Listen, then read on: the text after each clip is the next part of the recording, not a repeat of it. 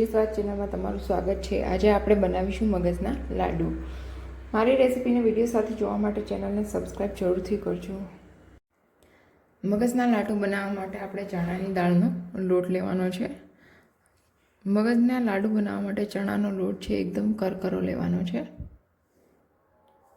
જો તમારે ઇન્સ્ટન્ટ મગજના લાડુ બનાવવા હોય તો તમે લોટ છે ગ્રાઇન્ડરની અંદર પણ કરી શકો છો। તેમાં પણ લોટ છે ખૂબ સરસ થઈ જાય છે। મગજના લાડુ બનાવવા માટે છે આપણે જેટલો ચણાનો લોટ લીધો હોય એનાથી અડધું આપણે ઘી લેવાનું છે।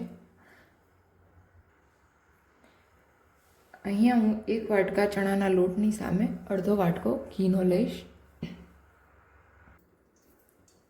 અહીંયા લોયાની અંદર મેં ઘી લઈ લીધું છે। હવે આપણે તેમાં ચણાનો લોટ એડ કરી દઈશું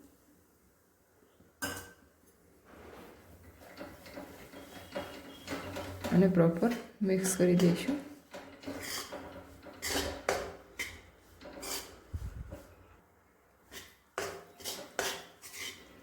ચણાના લોટને શેકતી વખતે છે તમારે ગેસની ફ્લેમ એકદમ ધીમી રાખવાની છે।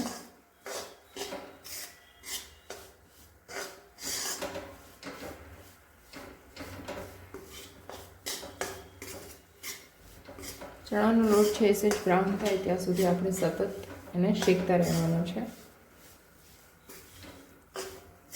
સતત હલાવતા રહેવાથી ચણાનો લોટ છે આપણો બળશે નહીં।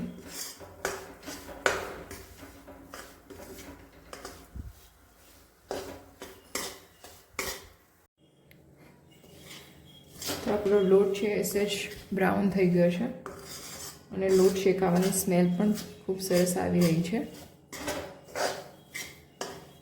હવે આપણે થોડો ઇલાયચી પાવડર એડ કરી દઈશું।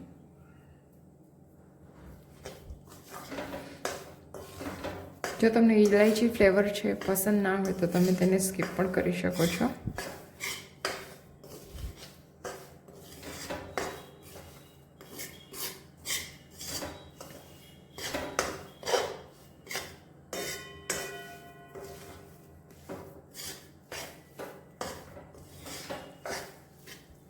આપણો લોટ શેકાઈ ગયો છે। હવે આપણે ગેસની ફ્લેમ બંધ કરી દેવાની છે અને લોટને ઠંડો પડવા દેવાનો છે।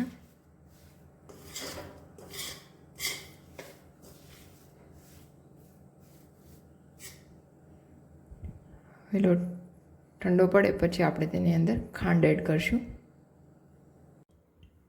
હવે આપણું મિક્સચર છે એ ઠંડુ થઈ ગયું છે તો હવે તેમાં છે એ ખાંડનું બૂરું એડ કરી દઈશ। ખાંડનું પ્રમાણ છે આપણે જેટલી દાળ લીધી હોય તેનાથી અડધું રાખવાનું છે। અહીંયા મેં 1 વાટકો ચણાના લોટ સામે અડધો વાટકો ખાંડ લઈશ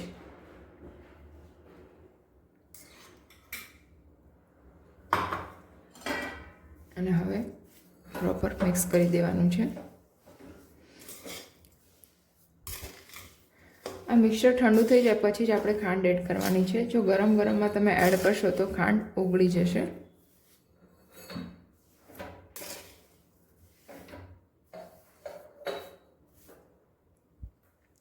તો મિક્સર છે એ પ્રોપર મિક્સ કરી લીધું છે।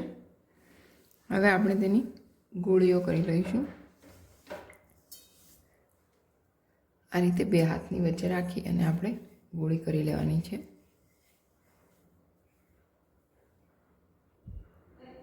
આ રીતે છે આપણે બધી ગોળીઓ વાળી લઈશું। જો ગોળીઓ વાળતી વખતે છે તમને થોડું આપણું મિક્સચર છે એ છૂટું છૂટું લાગતું હોય તો તમે થોડું ઘી ગરમ કરી અને તેમાં એડ કરી અને એડજસ્ટ કરી શકો છો। તો તૈયાર થઈ ગયા છે મગજના લાડુ। મગજના લાડુ બનાવવા ખૂબ સરળ છે।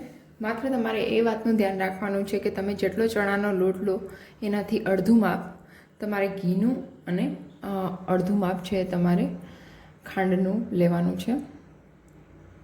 અહીંયા છે એ ખાંડને આપણે દળીને યુઝ કરવાનું છે। જે માર્કેટની અંદર પણ ઇઝીલી અવેલેબલ છે ખાંડનું બૂરું, એ પણ તમે યુઝ કરી શકો છો।